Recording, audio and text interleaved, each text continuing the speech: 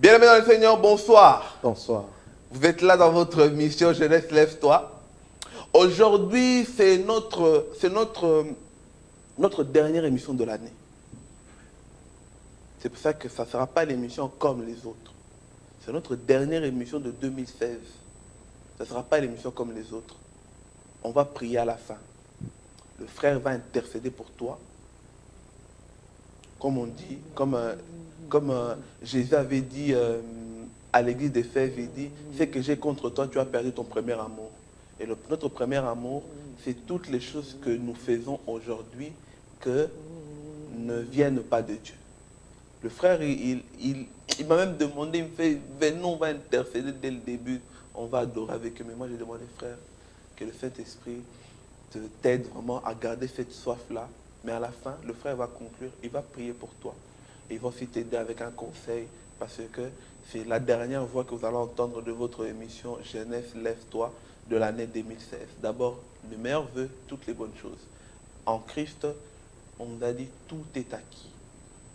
Tout est acquis, il vous a racheté. Mais pour avoir ce privilège-là, tu dois être aussi dans la sainteté. C'est ça qu'on va comprendre aujourd'hui. Le thème d'aujourd'hui, on va toucher, ne vous inquiétez pas. Aujourd'hui, on touche la génération Samson. La génération Samson, dans l'avenir, vraiment en 2017, on va essayer de toucher plusieurs générations. C'est pour ça qu'on veut commencer avec celui qui est notre partenaire. Lui, c'est un frère. Comme les Kinois disent, Ndekonanga 4. C'est lui. Mon frère, ok. Dans notre plateau, on essaye de vous édifier et de vous convaincre de la vérité. Parce que c'est la vérité. C'est pour ça qu'on essaie de parler de la vérité, toujours de la vérité.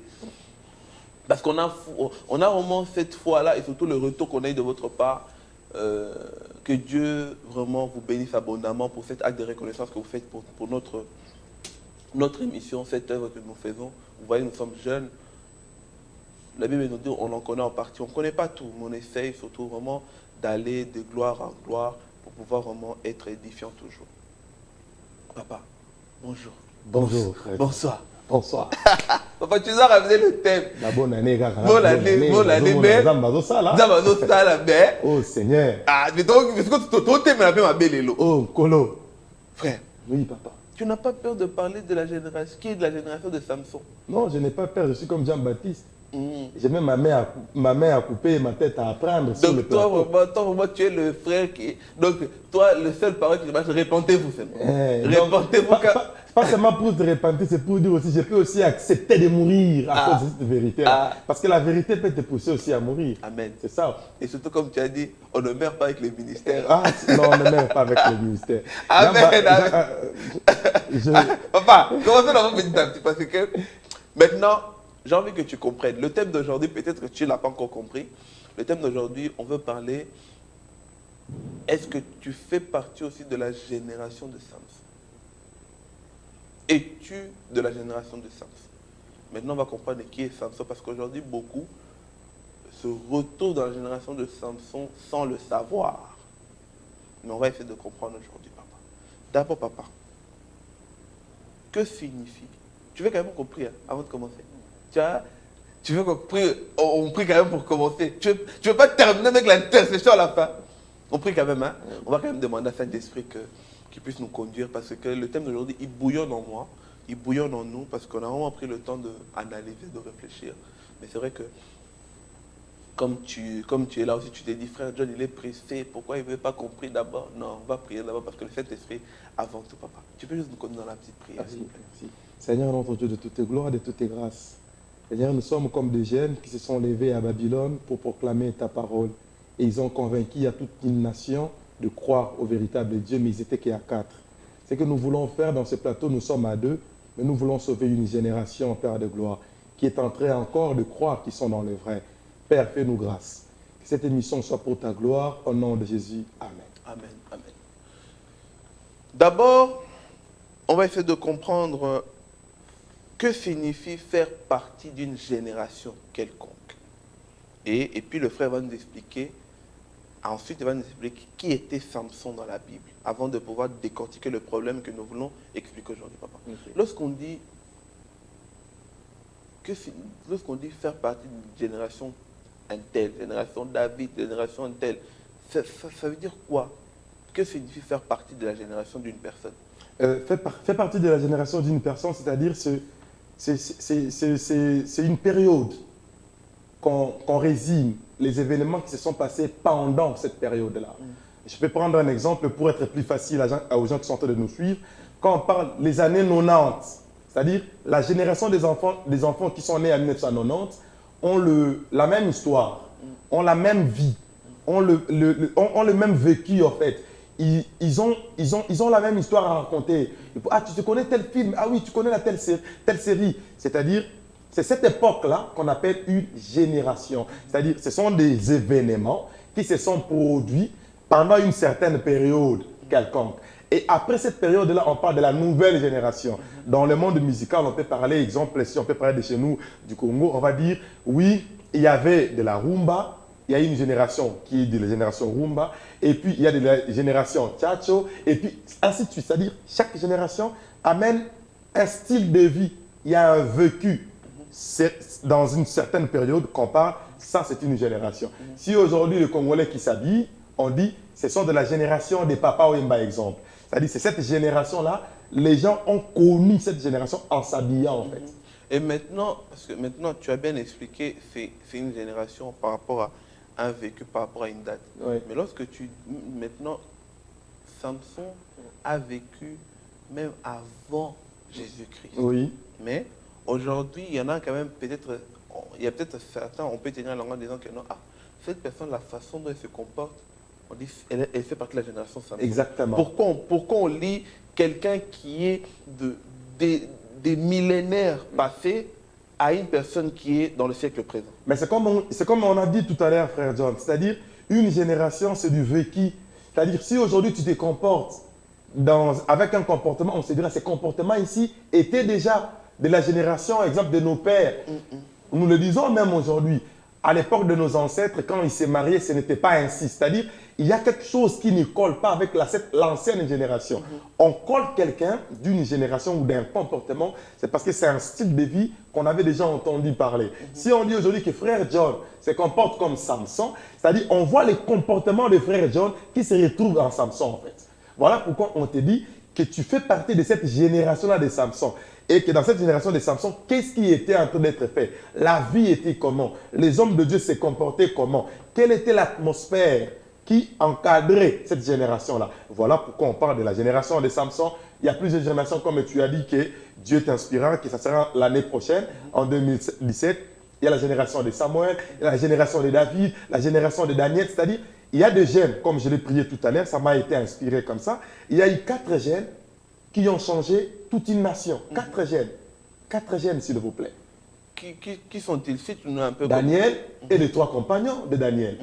Ils sont venus à Babylone, Shadrach et Abednego.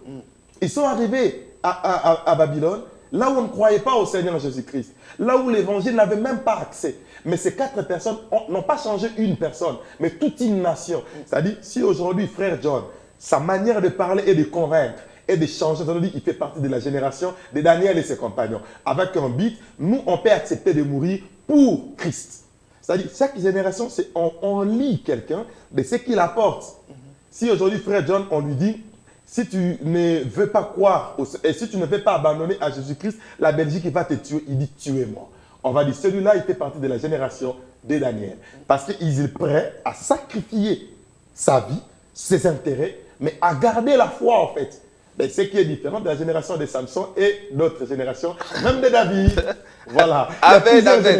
Non, touche pas trop de générations David parce que nous on fait ça un peu David, hein, mais on va parler ça une autre fois parce que le but c'est qu'on va essayer de vous exhorter peut-être aussi pour que vous puissiez découvrir aussi. Amen. Découvrir aussi chaque personnage de la Bible et qu'est-ce que ce personnage a apporté de bon et comme aussi quelles sont les erreurs que cette personne a pu faire que nous autres en lisant la Bible nous ne sommes pas censés copier aussi les erreurs. Exactement. Parce qu'aujourd'hui il y en a beaucoup, ils se disent ah moi je suis de la génération de Salomon mais il envisage aussi d'avoir aussi 1000 concubines, 700 femmes et 300 concubines. Non, là c'est non, il faut prendre le bon, laisser le mauvais.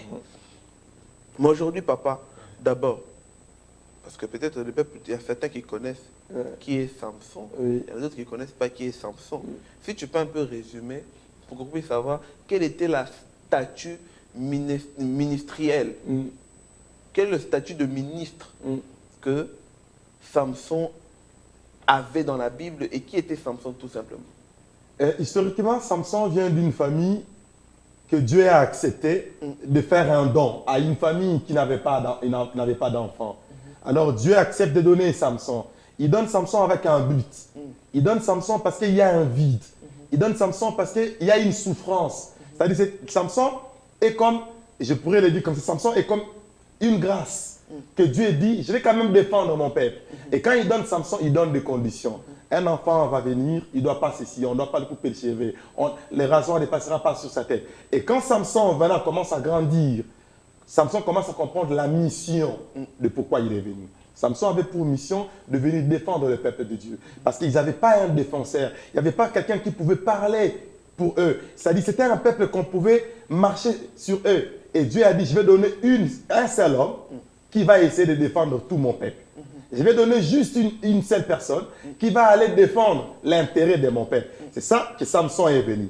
Et la vie de Samson, Samson était un homme de Dieu, appelé pour apporter l'évangile de Christ, pour témoigner la puissance de Dieu. Aujourd'hui, on pourrait le dire, les gens qui aiment les ministères prophétiques, qui aiment les fire, qui aiment le feu, on pourrait dire Samson était quelqu'un de puissant quand même. Était quelqu'un de très puissant. Il a mené la puissance, pas dans le spirituel. Samson était un homme de Dieu qui démontrait la puissance dans les physiques. C'est-à-dire, il ne disait pas, vous allez voir, non, il agissait sur place. C'est-à-dire, il avait une puissance matérielle que Dieu l'avait donnée uniquement pour défendre son peuple. Et après, Samson a connu beaucoup de choses dans son ministère qu'aujourd'hui, nous pouvons relever. Mais obligé, ça c'est notre point clé. Oui. Maintenant, moi, j'aimerais partir sur cette question-là. C'est vraiment cette question-là qu'on va essayer de décortiquer. Quelle est l'erreur que Samson a fait dans son ministère que beaucoup aujourd'hui le font dans cette génération? La première des choses, Samson, c'est un ministre qui n'a pas de repères, qui n'a pas de pères spirituels. Si on peut les parler dans le langage courant, les gens qui aiment les pères spirituels ou quoi, Samson n'a pas eu d'encadrement. Samson, c'est un autodidacte du ministère. Il s'est formé de lui-même. C'est-à-dire, c'est un danger. Vous voyez le premier danger de Samson? Samson n'avait pas de compte à rendre. Donc, un frère déjà qui se forme lui-même. De lui-même, c'est déjà un danger. Qui n'a peut-être pas C'est déjà un danger. Parce que l'encadrement... Ou qui ne veut pas qu'on l'encadre. C'est déjà un danger. C'est-à-dire, c'est cette génération-là de Samson. Samson avait l'onction de Dieu. L'onction ne vient pas de l'homme, vient de Dieu. Mais l'onction a besoin d'être encadrée, d'être bien guidée pour atteindre, comme l'homme de Dieu, Royal avait dit, pour atteindre le rêve. Si tu n'es pas bien recadré par rapport pour atteindre un rêve, tu vas te perdre. Samson avait un but. Le rêve était de délivrer le peuple de Dieu. Mais il n'avait pas d'encadrement. Il ne savait pas à qui rendre le compte. Et la plupart des jeunes serviteurs aujourd'hui ne rendent de compte à personne. Il s'est dit, moi c'est la grâce de Dieu. Tu crois en moi ou pas? Si tu ne crois pas en moi, il ne rend de compte. Et si tu fais une erreur, il ne veut pas qu'on le corrige. Il ne veut même pas comprendre. C'était ça Samson. Samson, il cachait même certaines choses. Vous savez, quand vous lisez le livre de Juges, on dit Samson, il a même tué, Samson a couché avec des prostituées, il ne disait pas. Il ne rentrait pas pour dire à son père, oui, c'est que je suis en train de vous amener ici, je venais de prendre ça chez une prostituée. C'est-à-dire, la génération de Samson, oui, il y a l'onction, oui, il y a la puissance. On s'est démontré, on peut amener les malades, les paralytiques sont guéris, bien sûr. Mais il y a un problème qui aime le péché. Voilà, donc Samson, c'est quelqu'un qui est l'onction et le péché qui marchent ensemble. Parce que, donc, ils sont mariés. Il est marié avec le péché. Voilà, je vais dire quelque chose de très dangereux. Hein? Tu peux vivre dans le péché. Que vous-même. Oui, ça n'engage que moi. Voilà. Ça n'engage que quelque chose de très dangereux et que l'onction que quelqu'un a ne dépend pas de la capacité de sa vie spirituelle. Tu peux vivre dans la multitude du péché et tu as l'onction. Parce que l'onction n'empêche pas que quelqu'un soit dans le péché. Mais la crainte de Dieu empêche quelqu'un à être dans le péché. C'est ça la seule différence là. Parce que vous allez voir un magicien qui a aussi l'onction. C'est-à-dire, l'onction n'a pas peur du péché, ou le péché n'a pas peur de l'onction. Mais il n'y a qu'une seule chose qui fait la différence, c'est la crainte de Dieu. Et vous allez voir entre la génération de Samson et, je donne une parenthèse, avec Daniel. Daniel n'avait pas l'onction, mais il avait la crainte en lui. Et il ne pouvait pas faire habiter autre chose dans lui. Et cette génération, nous sommes en train de vivre, que nous subissons ce qui nous semble de subir aujourd'hui. Aujourd'hui, le frère Hervé, il est prophète. C'est-à-dire, je n'ai pas d'encadrement. Je n'ai pas de repères. Je ne rends de compte à personne. Et je suis sûr de mon onction. Et je suis même sûr que si je quitte mon église aujourd'hui, les gens vont venir avec moi. Ça, c'est Samson. Samson ne voulait même pas aller dire à son père, allez, venez avec moi, on va aller se battre. Oui, à l'armée Israël, peuple d'Israël, faites l'armée, je vais vous prendre, on va aller maintenant. Il était sûr de lui. De vaincre. Donc, et surtout, là, vous soulevez un autre point que Samson, c'était aussi, la génération Samson, c'est aussi les genres de personnes qui confondent leur vision ou leur volonté avec la volonté de Dieu. Ils croient que tout ce qu'ils font, exactement, Dieu est derrière. Exactement. Et je vais seulement dire aussi quelque chose. Comme la Bible s'interprète par elle-même, la Bible dit, la grâce, elle est quoi? Elle est trompeuse. C'est de la même chose de la génération de Samson. Samson pensait qu'il était avec Dieu. Et pourtant, Dieu n'était plus encore avec lui. Mais comme Dieu avait un but à atteindre avec quelqu'un, vous savez, moi j'ai toujours dit, si vous arrivez à comprendre Dieu, vous allez commencer à faire attention à des oui et à des non de Dieu. Dieu peut te dire un oui, mais c'est un oui qui va te causer des problèmes dans le futur. Dieu peut te dire un non qui va te causer des problèmes dans le futur. C'est-à-dire, Dieu a laissé un oui à Samson qui lui a causé un problème à la fin. Dieu a accepté que Samson vive dans cette vie-là de péché. Mais Dieu avait un but, de délivrer son peuple. C'est-à-dire, au moment où Dieu avait déjà pris Samson pour l'utiliser, parce que Dieu, je ne sais pas si les gens vont être d'accord, mais Dieu, c'est quelqu'un qui marche selon ses intérêts. Un homme de Dieu était assis sur la même chaise ici. Il a dit, quand tu demandes quelque chose qui n'est pas dans la volonté de Dieu, tu demandes déjà mal. Mais Dieu est capable de te laisser toi faire ta volonté. Lui, il a une vision. C'est-à-dire, Dieu avait une vision de libérer les peuples d'Israël. Le péché de Samson, Dieu ne calculait plus encore ça. Ce n'est pas que Dieu était d'accord avec lui. Dieu avait eu un but. Il a dit, il veut pécher, il n'a qu'à pécher. Moi, j'ai un but. Je dois délivrer mon peuple. C'est comme avec Moïse. Quand Moïse a fouté, Dieu avait un but. Il a dit, j'écarte Moïse, je continue. C'est-à-dire, Dieu pour un but quelconque, il peut te laisser. Voilà pourquoi lui-même, il dit quoi? À la fin, beaucoup viendront, n'avons-nous pas? Et je leur dirai quoi? Est-ce que vous connaissez ce qu'il dit? Je ne vous ai pas inconnu. Non, non, il n'a pas dit ça. Je ne vous ai jamais. Il y a une différence entre et jamais. Jamais connu. Ça veut dire attends les solo mais au Koba. Tu as travaillé au noir. C'est comme si tu as travaillé au noir. Voilà. Donc tu n'as jamais payé des impôts. Tu ne peux pas aller réclamer qu'on puisse te payer cet impôt là. Donc tu n'auras jamais de pension parce que l'État on n'a jamais su que tu travailles. Tu n'as jamais été enregistré quelque part. C'est comme ça avec Dieu. Donc Dieu à un moment donné, il arrive avec l'homme. Quand la Bible dit, vous savez, quand vous lisez la Bible, comme je dis, pour votre propre vie. La Bible dit, pas un esprit du diable. J'enverrai l'esprit des mensonges, Dieu. Il va envoyer que tu commences à parler des mensonges. Ce n'est pas le diable qui viendra en toi. La Bible dit, celui qui est en train d'essuyer, j'enverrai l'esprit qui va encore le pousser à s'essuyer davantage. Il faut faire beaucoup attention avec Dieu. Dieu, c'est quelqu'un qui peut te dire, comme je l'ai dit, il te dit un oui, mais un oui qui va t'amener en enfer.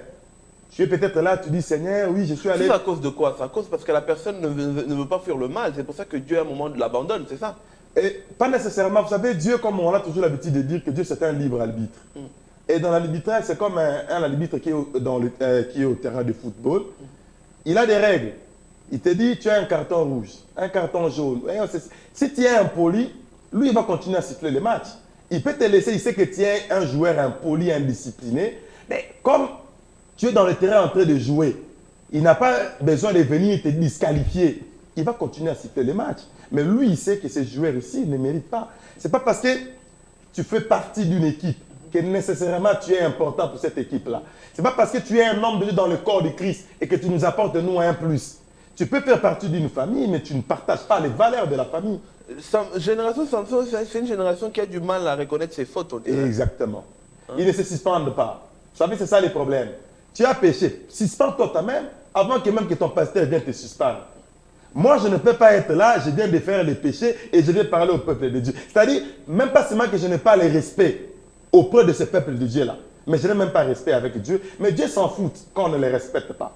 Mais Dieu ne s'en fout pas quand on ne les respecte pas devant son peuple.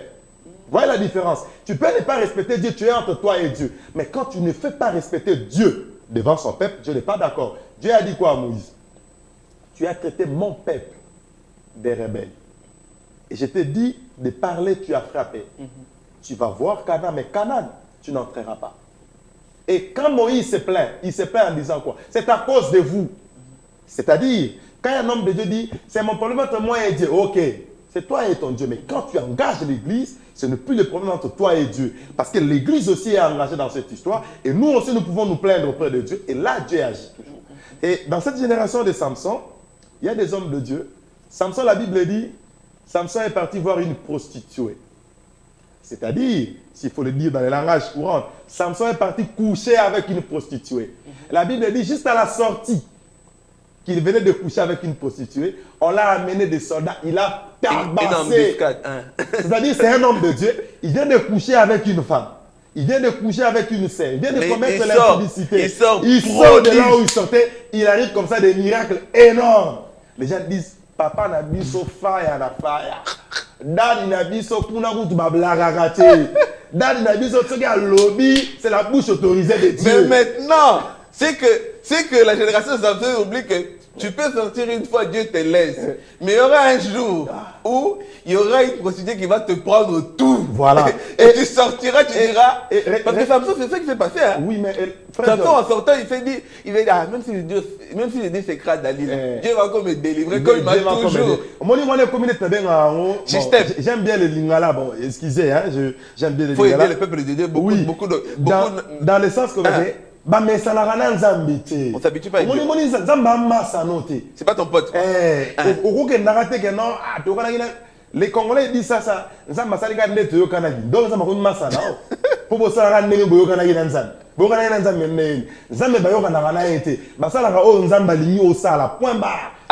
c'est clair. Mais dans le langage, voilà.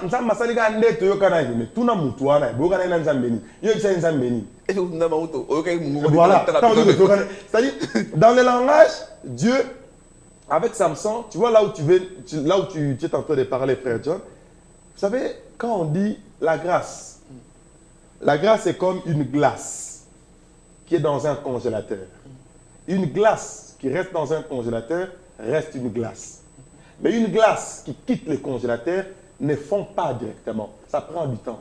Plus Samson quittait le congélateur de Dieu, plus il était en train d'être liquide. Il n'était plus encore solide. Et jusqu'à la fin, la Bible dit, Samson est même allé habiter dans la cité où il ne devait pas aller habiter, là où il a croisé sa femme qu'il a épousée. Et quand il a épousé sa femme, tellement qu'il n'y avait plus encore l'onction, tellement que la grâce, que les gens disent, la grâce, nous souviens-toi, frère, j'ai toujours dit que grâce est si là. Non. Ça, c'est un autre débat, frère. Je continue. Ne touche pas à ça parce que pour ça, moi, la Bible me dit à moi, je ne suis pas francophone, mais la Bible dit, Jésus dit, je suis venu annoncer une année de grâce. Jésus n'a pas dit, je suis venu annoncer une grâce éternelle. Vous savez, Dieu limite. Il dit, je suis venu annoncer une année de grâce. Il n'a pas dit, je suis venu annoncer 2 ans de grâce. Ou je suis venu annoncer ma grâce à perpétuité. La grâce a un rôle, a un but, frère John. Arrêtez de dire au peuple de Dieu que la grâce, elle est éternelle. Vous savez, hein? Non, je ne vais pas ouvrir la parenthèse. Je ferme. N'ouvre pas. Je dis seulement que la grâce, elle est limitée. Et vous devez aussi savoir, si tu atteins un certain nombre de péchés, maintenant il faut que d'abord que tu le saches. Si tu as déjà atteint ces nombres-là, il y a certains péchés que Dieu n'écoute pas. C'est-à-dire que tu veux venir demander pardon, il n'écoute plus. Mais tu restes un humain, tu restes croyant. Mais comme il ne va pas plus écouter, tu vas aller en enfer. Moïse en est l'exemple. Moïse n'est pas parti en enfer, frère. Non, mais quand je te parle de Moïse en est l'exemple, c'est dans quel sens? La Bible est dans le livre de Deutéronome 30. Si vous lisez l'histoire de Deutéronome 30, Moïse est en train de pleurer. Seigneur, s'il te plaît, est-ce que tu peux me pardonner? Je reconnais. Dieu lui dit, Moïse, j'en ai assez d'entendre ça. Vous comprenez ça? Dieu dit à Moïse, j'en ai assez. C'est-à-dire, Zamba lemba qui quoi, repentance à Moïse quoi. C'est-à-dire, Moïse a léli, c'est Moïse tika nao. Le rôle de Mingi monte quand même à la montagne. Tu verras, mais tu n'entreras pas. C'est-à-dire, et Moïse a couffé un souci. Vous voyez? C'est-à-dire, il faut se rendre compte qu'à un moment donné, quand tu as l'habitude de pécher, même les frères Royal, il a dit non, même quand tu as ta voiture, tu es assuré. Tu sais, même quand tu commets tellement de dégâts, même ton assuré peut te chasser. Il peut te résilier. Il peut dire non, toi tu es un problématique. Tu nous amènes tellement de problèmes dans l'assurance, donc tout ça. Va d'abord, change d'assuré. C'est comme ça avec Dieu. Donc, on ne peut pas dire à quelqu'un, oui, tu es assuré à vie. Non, tout à fait. C'est donc, il y a toujours une durée. Et maintenant, parce que par rapport à ça, on doit comprendre aussi quelles sont les conséquences. Ok. Maintenant, quelles sont les conséquences d'un homme de Dieu qui gère son ministère comme Samson l'a fait? Et les conséquences, d'abord, ce qui est d'abord vraiment très très grave, il n'est pas avec Dieu.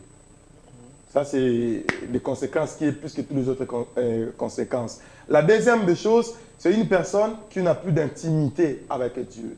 La troisième des choses, c'est une personne qui commence à faire des choses selon lui. Il devient, c'est-à-dire, quelqu'un qui décide à la place de Dieu. Samson était sûr. Il venait de tuer un lion. Il fait une fête. Après avoir fait la fête, il dit, je vais vous raconter une parabole. Si vous êtes en mesure de répondre à ça, je vous donnerai ceci. Mais il n'avait pas ça. Vous voyez déjà dans le ministère de Samson, Samson était un menteur. Il n'avait pas ce qu'il promettait. Il a dit, je vais vous donner autant 30 chemises et 30 ceci. Et les gens là ont connu qu'il n'a pas encore l'esprit de Dieu parce qu'il commence à tout s'autoproclamer. Ils sont allés voir la femme qu'il avait. La femme a révélé. Samson va aller tuer les gens dans un autre village pour prendre ce qu'il avait promis. Mais il n'avait pas. Mais il disait, si vous me répondez, je vais vous donner ça. C'est-à-dire, dans le comportement de Samson, Samson commençait déjà à perdre l'intimité avec Dieu. Et pendant ce moment, il s'était éloigné de ses parents.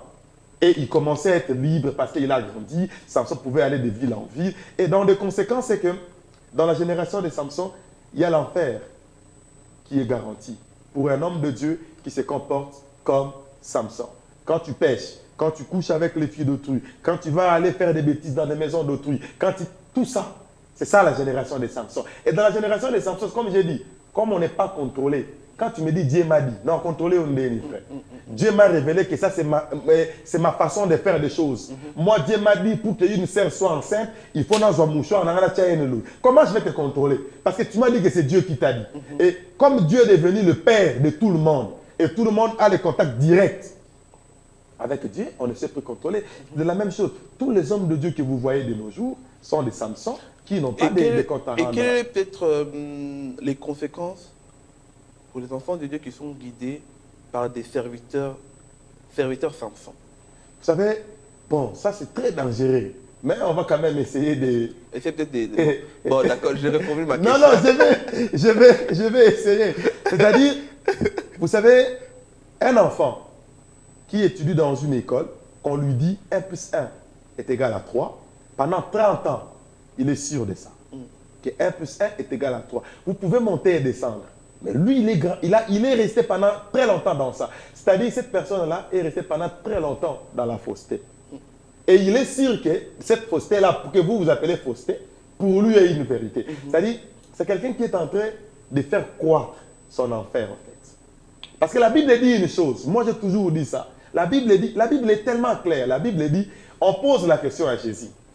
Comment on saura que c'est toi dans une église, que c'est toi qui es en train de prêcher, que non, le frère Ekingan, il parle de toi? La Bible dit, mes brebis, entendront quoi? Ma voix. C'est-à-dire, si tu es dans un endroit où tu entends la voix qui est là, qui n'est pas la voix de Dieu, mais tu restes, tu attends à quelle bergerie? Les brebis doivent connaître la voix de son maître.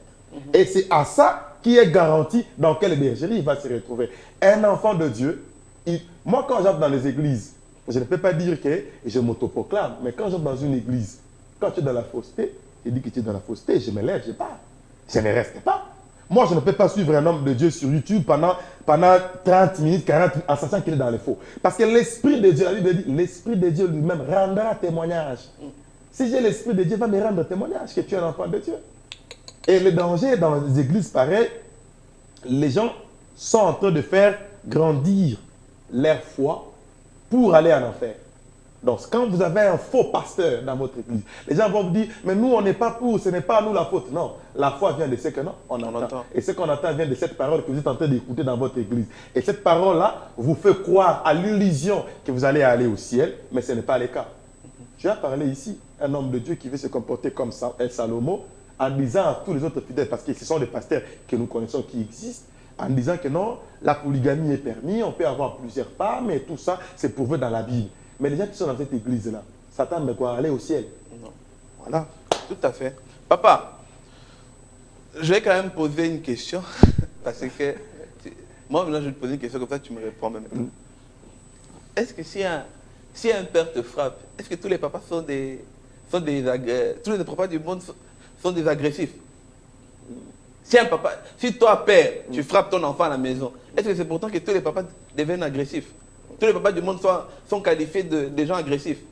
Oui ou non? Oui ou non? Non. Non, merci. Voilà. Alors pourquoi aujourd'hui l'erreur d'un ministre de Dieu, pour autant on associe tout le corps de Christ? Parce qu'il faut quand même faire attention à cet Il y a un problème. amalgame là. Oui, il y a un problème. Je bénis Dieu pour la question. Si mon père fait des bêtises, si mon père est quelqu'un qui ne marche pas dans la voie de Dieu, si on m'associe à lui, c'est parce que je défends mon père. Non. Attends. Non. La question, c'est ça. Non. Ma question, c'est d'abord. Si mon père. Non, ma question d'abord, c'est ceci. Et que si ton père. Je pars sur l'exemple de base. On parle d'abord. On enlève le père spirituel. On parle d'abord de père. Mon biologique. père. Si ton père biologique, il t'a tapé ou il te tape, est-ce que c'est pour autant que tous les papas du monde sont agressifs? Non. Voilà. Maintenant, pourquoi, si ton père spirituel ou un père spirituel ou un ministre de Dieu quelconque a commis une erreur, pourquoi aujourd'hui le monde a tendance, ou même les chrétiens, on a parfois tendance à cette restriction-là directement, tous les hommes de Dieu sont mauvais? Mais c'est comme je dis, je le répète, frère John, et je me souviens, il y a peut-être une semaine, j'ai écrit sur mon statut en disant « Restons justes sur nos jugements et comment appliquer ces jugements-là. » Si mon père à moi est voleur, il fera la prison. C'est-à-dire, si un de mes frères est voleur, il fera la prison. C'est-à-dire, si un homme de Dieu, parce qu'aujourd'hui, si moi je fais une bêtise, étant un homme de Dieu, toi qui es un homme de Dieu, tu viendras me couvrir. Tu viendras dire, la Bible dit, ne touchez pas à mes oins, ne touchez pas à ceci. Donc, c'est-à-dire indirectement ou juridiquement, tu t'associes à moi. Et ceux qui disent que tous les hommes de Dieu sont pareils, c'est par rapport au langage. Mais si, exemple, moi j'ai fait une bêtise, je suis un homme de Dieu, toi frère John, tu viens, tu dis non, en tout cas, le frère Hervé a fait une bêtise. Tu penses qu'on va t'associer à moi? C'est un problème de ce que nous couvrons, c'est par rapport à nos intérêts. Oui, mais il y a aussi des personnes que tu ne laisses pas. Enfin, il y a des personnes peut-être qui n'ont pas le temps de se satisfaire des autres, mais on les associe de loin. Frère, mais c'est comme si on dit tous les Congolais sont des aventuriers. Oui, mais parce que c'est pas l'erreur d'un Congolais qui fait que tous les Congolais deviennent des aventuriers. C'est parce que les Congolais, quand on a dit que son frère était aventurier, lui, au lieu de dire, ah oui, c'est vrai, il est aventurier, mais tous les Congolais ne sont pas des aventuriers, lui, il a commencé à défendre. Vous ne pouvez pas dire qu'il est aventurier. Pourquoi vous dites ça? Et l'effet de dire ça, vous vous asseyez, il dit, voilà, ils sont tous pareils. C'est ça. Il y a des langages qu'on donne un message sans les rendre compte. Donc toi, tu donnes raison aux gens qui généralisent, en fait. Moi, je suis victime d'une généralisation. Non, mais c'est-à-dire que nous, aujourd'hui, on n'arrive plus à bien prêcher parce qu'il y a des jeunes qui sont venus avant nous qui ont fait des bêtises. Et si aujourd'hui on ne nous croit plus dans des églises, si aujourd'hui je dis que oui, j'ai certains âges, je vais aller prêcher ailleurs, pourquoi on ne va pas me croire? Parce qu'il y a eu des jeunes qui ont fait des bêtises. Et tu trouves ça normal qu'on associe les erreurs des autres à toi? Mais oui, je trouve ça normal. Mais c'est-à-dire, la normalité que je suis en train de trouver dans cette histoire, c'est-à-dire que j'ai un devoir à relever, à changer ça. À dire, réellement, les autres ont mal fait, mais croyez aussi que je peux aussi faire mieux que ça. Si les Congolais, comme on le dit toujours qu'ils sont aventuriers, s'ils commencent aujourd'hui à changer, on ne dira pas qu'ils sont aventuriers. Mais s'ils continuent à rester dans l'aventure, pourquoi veux-tu que les gens changent de langage? Les gens changeront de langage quand toi tu vas aussi changer le mode de vie. Si les hommes de Dieu aujourd'hui ont le courage de commencer à dire certaines vérités, nous sommes dans une génération, comme les autres disent, sacrifiée. Moi je connais des jeunes serviteurs que je peux te dire, ici en Europe je n'ai pas encore vu des onctions. J'ai vu les gens qui ont eu l'onction aller même faire bouger les cimetières. Mais après, on a entendu que c'était un jeune serviteur qui avait touché les fétiches, qui couchait avec tous les serfs protocoles de l'église. Mais vous pensez qu'aujourd'hui, une maman ou un papa qui a vécu cette histoire-là va croire à moi si facilement? Ces jeunes-là ont fait insulter notre génération. Et nous subissons ça. Et nous serons juste en mesure de convaincre la nouvelle génération avec nos actes. Mais si moi aussi je continue à faire ça, alors on est des oiseaux de même plumage. Frère, on va se disputer pour ce sujet une autre fois, parce que moi j'ai encore beaucoup de choses à ouvrir là-dedans. Frère, nous tendons à la fin. Nous voulons vraiment terminer avec le Seigneur. Comme on a dit, c'est notre dernière émission de l'année. J'aimerais te laisser un petit temps. On va dire un petit 5 minutes. Tu parles beaucoup. Je sais que le problème, c'est qu'avec le frère, si je pars ici 5 minutes, ah là là, ça sera 10 minutes. Frère, je compte sur toi. On va respecter les 5 minutes. Le frère va vous aider, peut-être avec un petit message de comment toi, qui as peut-être vécu dans certaines erreurs dans le passé en étant de la génération de Samson, comment tu peux sortir pour peut-être aller aussi t'associer dans une autre génération, parce qu'il n'est pas trop tard pour changer. Il n'est pas trop tard pour changer, donc tu peux aussi aller chercher à vivre dans la génération de Samuel, génération de Daniel, que nous avons au moins la foi qu'en 2017, on va essayer de développer plusieurs générations pour que tu puisses comprendre de quelle génération tu es ou de quelle génération tu dois faire partie. Papa, notre dernier selfie de l'année, hein. Tu nous bloques l'année là. Là, c'est notre dernier selfie de l'année.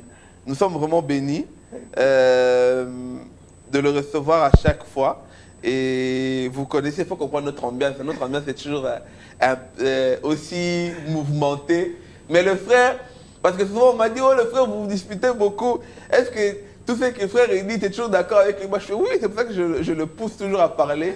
Mais c'est un frère que, on sait quand même qu'il choque beaucoup de gens, mais c'est pour la bonne chose. Voilà, c'est ça la raison. Bonne chose, hein? C'est comme Jean-Baptiste. Il peut prendre ma tête et mettre sur un plateau, mais du moment que j'ai dit la vérité, je suis tranquille. On va faire notre petit selfie de l'année. L'année se termine en beauté, merci, tranquillement. Frère, maintenant, on va vraiment vous aider. Je vais laisser notre frère, il va conclure, après avoir nous amené dans la prière. Frère, j'ai envie que notre prière d'aujourd'hui soit ciblée. Dans sorte qu'on a vécu beaucoup de choses en 2016.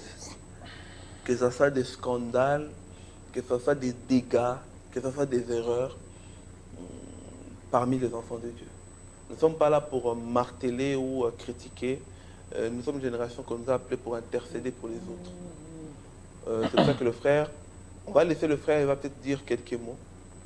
Puis nous amener dans une prière pour pouvoir aider toi, jeune, que tu ne sais pas, que tu es dans le ministère, mais que tu oublies peut-être que tu travailles pour un employé qui est en train de te regarder là-haut, qui tôt ou tard, il te demande des comptes à rendre. Alors travaille bien pour ne pas travailler en vain, pour que le dernier jour que tu auras ton dernier salaire. Alors je vais laisser notre frère. Moi je vous dis, en 2017, que de bonnes choses. Nous avons déjà, comme on a eu récemment l'homme de Dieu royal. Il nous avait dit qu'il ne faut pas attendre seulement fin de l'année pour faire une nouvelle révolution ou pour avoir de meilleurs vœux. C'est pour ça qu'aujourd'hui, je n'ai même pas envie de vous dire des bonnes choses. Non, des bonnes choses doivent commencer dès le début et jusqu'à la fin. Et que le Seigneur reste au contrôle, comme on a dit à chaque fois, on demande toujours que le Seigneur reste au contrôle, que le Seigneur demeure dans votre vie dès le début jusqu'à la fin. Que 2017, le seul conseil qu'on peut vous donner, ne refaites pas les erreurs que vous avez commises en 2016. Que 2017, qu'au moment où on puisse voir le changement autour de vous. À très bientôt et à 2017, entre-temps, que Jésus vous fasse rentrer en 2017 et toi et ta famille dans toute la tranquillité, vraiment que le Saint-Esprit puisse vous guider. Papa, je te le laisse, moi je te laisse le plateau, 5 minutes, que tu puisses nous conclure. À la fin, tu dis juste au revoir et merci. À 2017. Merci. Moi, je vais faire ma mission, elle est clôturée de 2016. J'ai fait ma part. Je laisse conclure ta part de 2016 aussi. Merci. Terminée en beauté. Merci. On va laisser le frère maintenant. Il va nous clôturer l'émission. Bien-aimé, je ne veux pas être long. Je vais juste parler pendant moins de 5 minutes. Mais avant que je parle, il y a un petit chant qui me vient dans le cœur. Je ne suis pas chantre, mais je vais la chanter. Kumama Yahweh, Kumama Yahweh, Kumama Yahweh, Kumama Yahweh, Kumama Zambe, Kumama Yahweh, Oleki nyonso Kumama Yahweh, Oleki masumu Kumama Yahweh, Oleki mbongo Kumama Yahweh, Oleki mokili Kumama Yahweh, Ninyango Nzambele kiyo Yeswe, Ninyango Nzambe kokani na yo Kumama Yahweh, Kumama Yahweh, oh. Kumama Yahweh, Kumama Yahweh. Bien-aimé, je vais juste te dire une chose. Bien sûr que la vie de Samson n'est pas un exemple, mais l'affaire de Samson est un exemple pour toi. Samson, à la fin, a reconnu qu'il était marché seul. Il se repentit. Et il est revenu auprès de Dieu. Et il a demandé un sincère pardon auprès de Dieu. Mais c'est que je veux juste te dire une seule chose. Quand bien même que tu ne marches plus encore dans la crainte de Dieu, quand bien même que tu étais déjà égaré, mais dis à Dieu que tes cheveux poussent encore. Parce que quand les cheveux de Samson avaient poussé, Samson est rentré dans la voie de Dieu et il a réalisé la mission de Dieu. Le but n'est pas avoir la gloire du monde, mais le but est d'atteindre la mission que Dieu t'a envoyée. Et la mission de Samson, quand il a accompli, il a accepté d'accomplir la mission, à mourir avec ces gens-là. Et voilà pourquoi le nom de Dieu était glorifié. Toi qui es en train de me suivre, voici les conseils que je t'ai dit. Tu étais tombé, tu peux encore te relever. Tu avais abandonné Christ, tu peux encore te rattacher à lui. Tu ne croyais plus encore à la spiritualité de Dieu, tu peux encore croire. Car malgré que les cheveux de Samson aient été coupés, mais ils ont quand même repoussé après pour finir la mission. Dieu t'aime. Voilà pourquoi il t'a envoyé ce message. Il a un bon message pour toi. Et c'est pour ça que je te dis que le Seigneur Dieu te bénisse. Je vais prier pour clôturer. Seigneur, notre Dieu de gloire, nous te disons un grand merci parce que tu es Dieu. Tu n'as pas voulu, Père de gloire, que nous puissions continuer dans cette génération en pensant que tu es avec nous et pourtant que tu ne le plus encore. Seigneur, nous voulons retourner. Nous acceptons nos erreurs auprès de toi. Et nous ne voulons pas finir, Père de gloire, comme Samson. Mais nous voulons, Père de gloire, être comme les Daniel, être comme, Père de gloire, les Samuel, qui ont, Père de gloire, rendu témoignage et la fierté, Père de gloire, de ton nom. Fais-nous grâce. Et que nous soyons, Père de gloire, une bénédiction pour cette génération, pour la gloire de ton nom, au nom de Jésus. Amen. Bonne année et que Dieu vous bénisse. Au revoir.